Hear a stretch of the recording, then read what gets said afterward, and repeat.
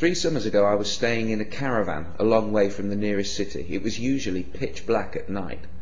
I had given my word that I would not smoke inside, so at 1 a.m. I stepped outside for a cigarette. After a few minutes of standing in the darkness, I realized that I could see my hand quite clearly, something I'd noticed that I could not do on previous nights. So I looked up, expecting to see the glow of the full moon. But the moon was nowhere in sight. Instead, there was a long glowing cloud directly overhead. The Romans called it the Via Galactica, the Road of Milk. Today we call it the Milky Way. For those who missed the lesson at school that day, the basic facts are these. Remembering that 1 light year is equivalent to 6 trillion miles, our galaxy has a total diameter of somewhere around 100,000 light years. Our Sun is located towards the edge of one of the galaxy's spiral arms, about 26,000 light years out from the central bulge of the galaxy. It takes 200 to 250 million years for the Sun to complete one orbit of the central bulge. Surrounding the galaxy, above and below the disk, in a spherical halo, there are approximately 200 globular clusters, which may contain up to 1 million stars each. The Milky Way itself contains 200 billion stars, give or take. These numbers are essential to understanding what a galaxy is, but when contemplating them, some part of the human mind protests that it cannot be so. Yet an examination of the evidence brings you to the conclusion that it is. And if you take that conclusion out on a clear, dark night and look up, you might see something that will change your life. This is what a galaxy looks like from the inside, from the suburbs of our Sun. Through binoculars, for every star you can see with your naked eye, you can see 100 around it, all suspended in a grey-blue mist. But through a modest telescope, if you wait for your eyes to adjust to the dark and get the focus just right, you will see that mist for what it really is. More stars, like dust, fading into what tastes like infinity. But you've got to have the knowledge. Seeing is only half of it. That night 3 years ago, I knew a small part of what's out there, the kinds of things, the scale of things, the age of things, the violence and destruction, appalling energy, hopeless gravity, and the despair of distance. But I feel safe, because I know my world is protected by the very distance that others fear. It's like the universe screams in your face. Do you know what I am, how grand I am, how old I am? Can you even comprehend what I am? What are you compared to me? And when you know enough science, you can just smile up at the universe and reply, dude, I am you. When I looked at the galaxy that night, I knew the faintest twinkle of starlight was a real connection between my comprehending eye along a narrow beam of light to the surface of another sun. The photons my eyes detect, the light I see, the energy with which my nerves interact, came from that star. I thought I could never touch it, yet something from it crosses the void and touches me. I might never have known. My eyes saw only a tiny point of light, but my mind saw so much more. I see the invisible bursts of gamma radiation from giant stars converted into pure energy by their own mass, the flashes that flashed from the far side of the universe long before Earth had even formed. I can see the invisible microwave glow of the background radiation left over from the Big Bang. I see stars drifting aimlessly at hundreds of kilometers per second, and the space-time curving around them. I can even see millions of years into the future. That blue twinkle will blow up one day, sterilizing any nearby solar systems in an apocalypse that makes the wrath of human gods seem pitiful by comparison. Yet it was from such destruction that I was formed. Stars must die so that I can live. I stepped out of a supernova. And so did you.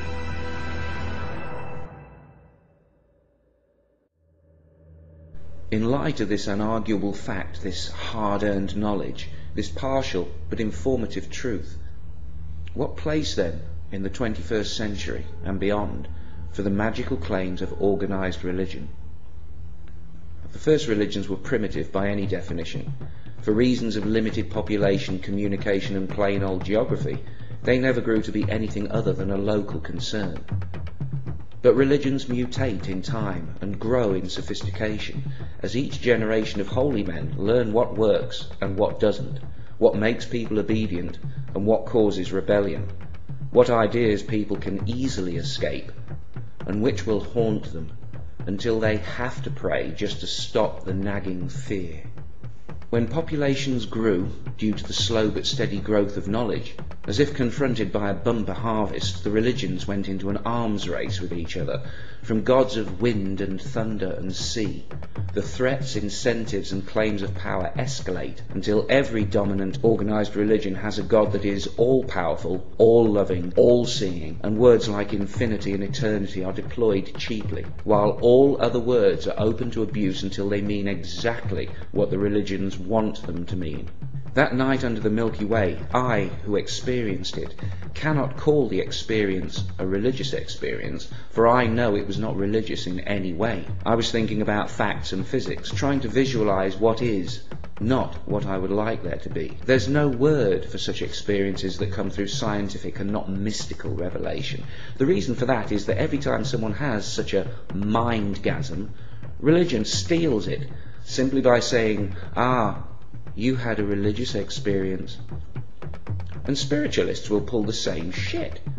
And both camps get angry when an atheist like me tells you that I only ever had these experiences after rejecting everything supernatural.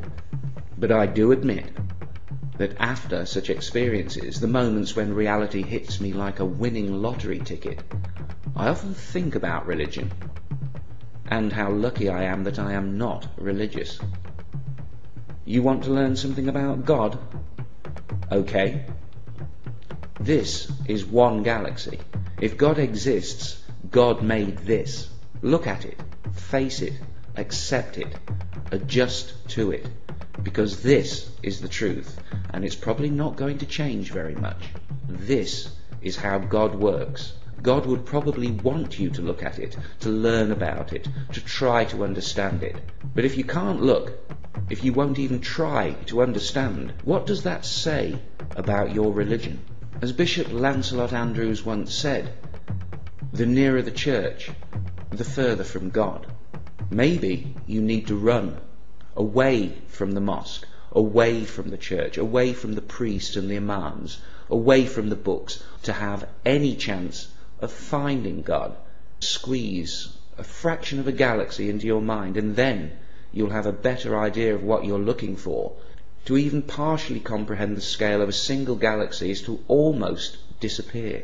And when you remember all the other galaxies, you shrink 100 billion times smaller still. But then you remember what you are. The same facts that made you feel so insignificant also tell you how you got here.